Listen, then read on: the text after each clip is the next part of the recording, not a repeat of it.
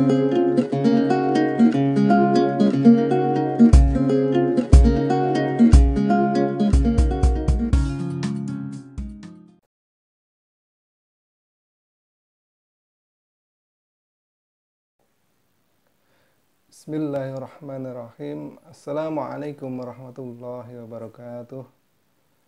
Alhamdulillahirabbil alamin. Assalatu wassalamu ala asrofil mursalin wa ala alihi wa sahbihi ajma'in. Amma ba'du. Segala puji bagi Allah Subhanahu wa taala yang telah melimpahkan rahmatnya kepada kita. Salawat dan salam semoga terlimpah curahkan kepada uswah kita, junjungan kita Nabi besar Muhammad sallallahu alaihi wasallam. Teman-temanku yang insya Allah dirahmati Allah Subhanahu wa taala. Tak terasa kita sudah melaksanakan siam Ramadan yang sebentar lagi insya Allah akan selesai.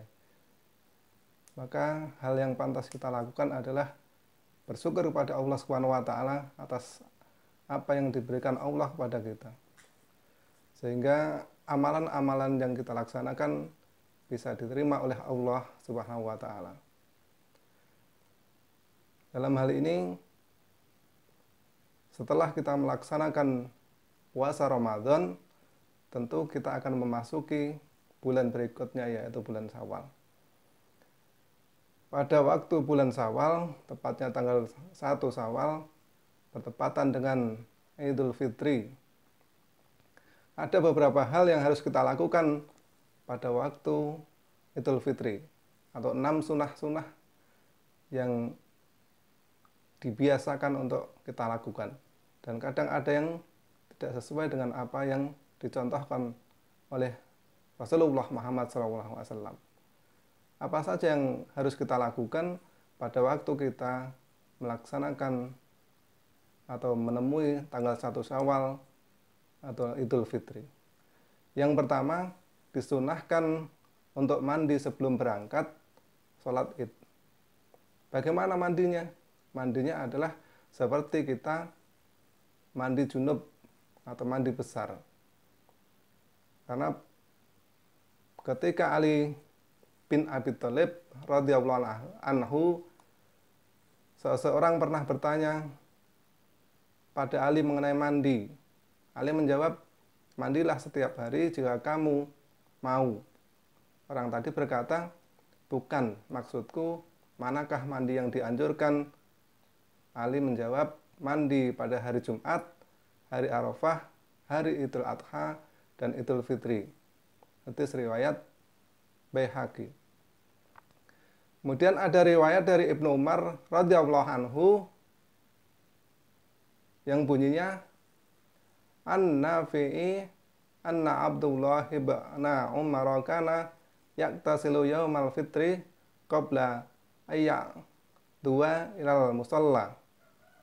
Artinya, dari Nafi ia berkata bahwa Abdullah bin Umar biasa mandi di hari Idul Fitri sebelum ia berangkat pagi-pagi ke tanah lapang. Hadis riwayat Malik.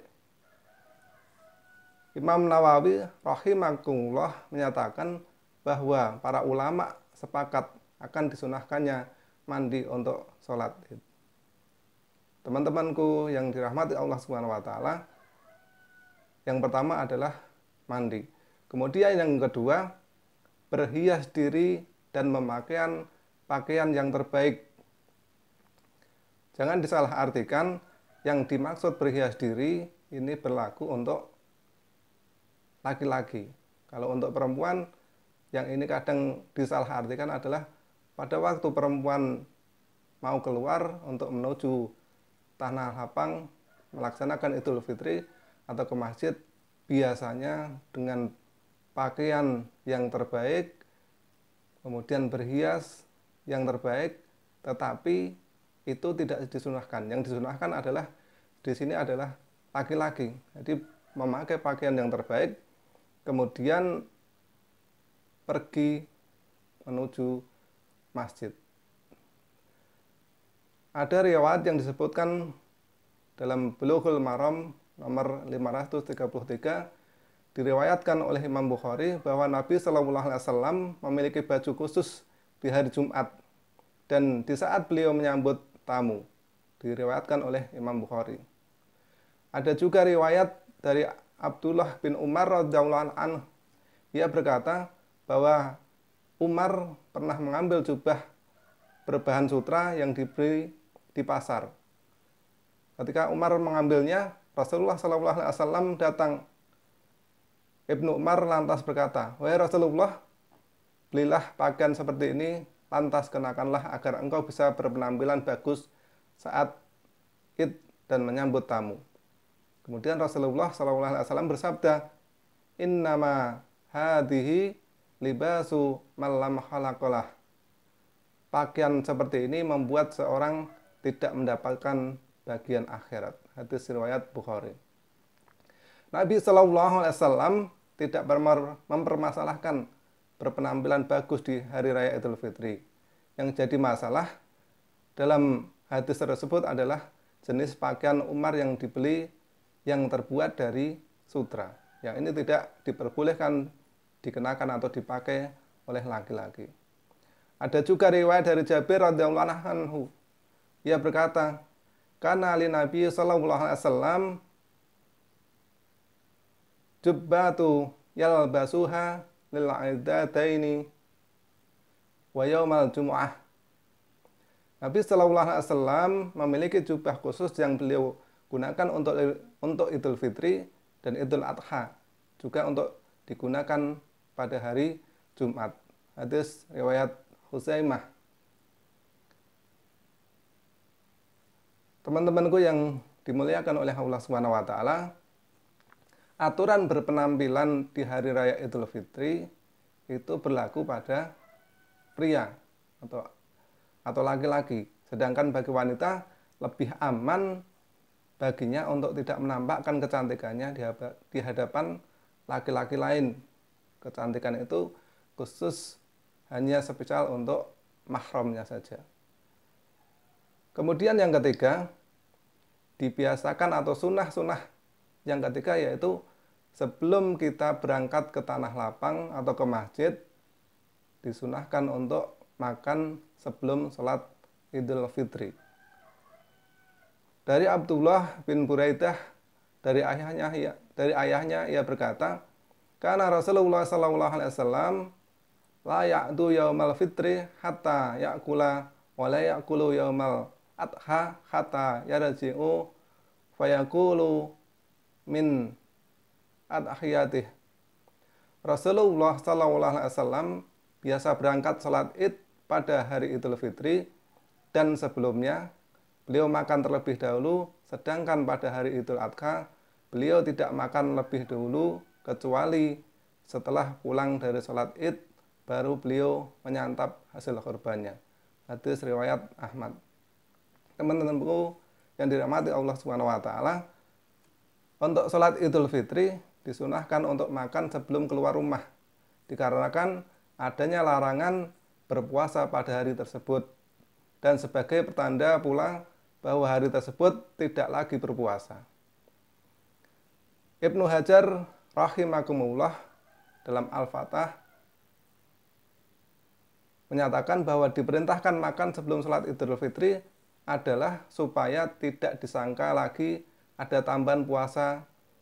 Juga maksudnya adalah dalam rangka bersegera melakukan perintah Allah. Dari Anas bin Malik radhiyallahu anhu, ia berkata, "Kana Rasulullah sallallahu alaihi wasallam la ya'du yaumal fitri hatta ya'kula tamaratin wa ya'kuluhunna witran." Rasulullah sallallahu alaihi wasallam tidaklah keluar pada hari Idul Fitri atau ke tempat sholat Id sampai beliau makan beberapa kurma terlebih dahulu. Beliau memakannya dengan jumlah ganjil. Hadis riwayat Bukhari. Tetapi kalau tidak mendapati kurma, maka diperbolehkan untuk memakan makanan yang berada di masyarakat atau negara tersebut. Kemudian yang disunahkan yang keempat yaitu bertakbir dari rumah menuju sholat atau tempat sholat. Ketika puasa Ramadan telah sempurna, kita diperintahkan untuk mensyukurinya dengan memperbanyak takbir. Allah berfirman, A'udzubillahi minasyaitonirrajim. Walitukmilul iddata walitukabbirullaha ala ma hadakum wa la'allakum tashkurun. Dan hendaklah kamu mencukupkan bilangannya, dan hendaklah kamu mengagungkan Allah atas petunjuknya yang diberikan kepadamu, supaya kamu bersyukur. Surat Al-Baqarah ayat 185. Kemudian dalam suatu riwayat disebutkan Nabi Shallallahu Alaihi Wasallam biasa keluar hendak sholat pada hari Idul Fitri sambil bertakbir sampai di lapang dan sampai sholat hendak dilaksanakan. Ketika sholat hendak dilaksanakan, beliau berhenti dari takbir. Contoh-contoh pada waktu melaksanakan takbir adalah Allahu Akbar, Allahu Akbar, La ilaha illallah, Allahu Akbar, Allahu Akbar, walillahil hamd. Ini salah satu contoh. Jadi pada waktu kita berangkat dari rumah menuju ke tanah lapang atau ke masjid, mengucapkan kalimat takbir supaya mengagungkan Allah Subhanahu wa taala. Kemudian yang kelima, saling mengucapkan selamat atau ucapan doa yang ditujukan kepada saudara-saudara kita. Karena hal ini biasanya ucapan-ucapan doa itu banyak yang tidak sesuai dengan tuntunan Rasulullah Muhammad SAW. Termasuk sunnah yang baik yang bisa dilakukan di hari Idul Fitri adalah saling mengucapkan selamat. Selamat di sini baiknya dalam bentuk doa seperti dengan ucapan taqabbalallahu minna wa minkum. Semoga Allah menerima amalan kami dan kalian. Karena ucapan-ucapan seperti ini sudah terbiasa dilakukan oleh para sahabat dan Rasulullah SAW. Jadi pada waktu memasuki Idul Fitri, para sahabat, Rasulullah dan para sahabat sudah terbiasa mengucapkan kalimat-kalimat doa yang diucapkan kepada saudara-saudaranya. Jadi, apakah sudah sesuai dengan yang dituntunkan oleh Rasulullah SAW atau belum? Makanya kita sama-sama belajar supaya yang kita lakukan betul-betul sesuai dengan sunnah Rasulullah Muhammad SAW. Contoh kalau mungkin dalam bahasa Indonesia atau bahasa Jawa, contoh adalah Id Mubarak, semoga menjadi Id yang penuh berkah. Salah satu contohnya seperti itu, atau minal aidin wal faizin, semoga kembali dan meraih kemenangan. Atau qulu amin wa antum bi khair, semoga di sepanjang tahun terus berada dalam kebaikan. Atau selamat Idul Fitri sesuai dengan tahun yang diucapkan. Atau kalau dalam bahasa Jawa Sugeng Riyadi atau selamat hari raya Idul Fitri dan lain sebagainya. Intinya pada waktu kita memasuki 1 Syawal yang disunahkan oleh Rasulullah SAW adalah kita mengucapkan selamat kepada saudara-saudara kita yang sudah melaksanakan puasa Ramadan selama 1 bulan penuh. Kemudian yang ke-6 adalah melewati jalan pergi dan pulang yang berbeda. Dari Jabir radhiyallahu anhu, ia berkata, "Ngan Jabirin qala kana Nabi sallallahu alaihi wasallam idza kana yaumu idin khalafat tariq." Dari Jabir radhiyallahu anhu, ia berkata bahwa Nabi sallallahu alaihi wasallam ketika berada di hari Id ingin pergi ke tempat sholat, beliau membedakan jalan antara pergi dan pulang. Yang menjadi pertanyaan, kenapa harus melalui jalan yang berbeda?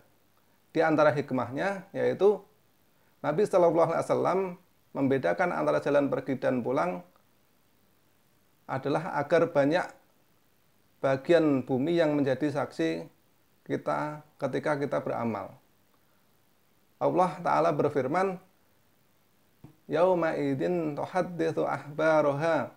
Pada hari itu bumi menceritakan beritanya. Surah Al-Zalzalah ayat 4. Rasul lalu bertanya, apakah kalian tahu apa yang diceritakan oleh bumi? Para sahabat menjawab, Allah dan Rasulnya lebih tahu. Rasulullah SAW bersabda, sesungguhnya yang diberitakan oleh bumi adalah bumi jadi saksi terhadap semua perbuatan manusia, baik laki-laki maupun perempuan yang telah mereka perbuat di muka bumi. Bumi itu akan berkata, manusia telah berbuat begini dan begitu pada hari ini dan hari itu. Inilah yang diberitakan oleh bumi. Hadis riwayat Tirmidzi. Teman-temanku dan hadirin yang insya Allah dirahmati oleh Allah Subhanahu wa Ta'ala, 6 hal pokok ini marilah kita mencoba melaksanakan pada waktu kita merayakan hari raya Idul Fitri. Dengan hal sunnah-sunnah ini, minimal kita sudah meneladani Rasulullah SAW. Dengan seperti itu, insya Allah di bulan Ramadan yang sudah kita laksanakan selama 1 bulan penuh, kemudian di awal bulan Syawal kita sudah melaksanakan sunnah-sunnah Rasulullah SAW. Semoga amal ibadah kita senantiasa diterima oleh Allah Subhanahu wa Ta'ala, dan kita ditempatkan terhadap atau termasuk orang-orang yang soleh yang nanti akan dimasukkan ke jannahnya Allah Subhanahu wa Ta'ala. Demikian yang dapat saya sampaikan. Apabila ada hal-hal yang tidak berkenan, ada hal-hal yang kurang pas, mohon diluruskan, karena intinya kita saling mengingatkan supaya dakwah Islam itu tidak pudar. Karena sunnah-sunnah itu sekarang khususnya anak-anak muda sudah hilang dari lubuk hati mereka. Makanya dengan cara dakwah inilah, dengan cara hal seperti inilah, insya Allah kita bisa saling mengingatkan. Assalamualaikum warahmatullahi wabarakatuh.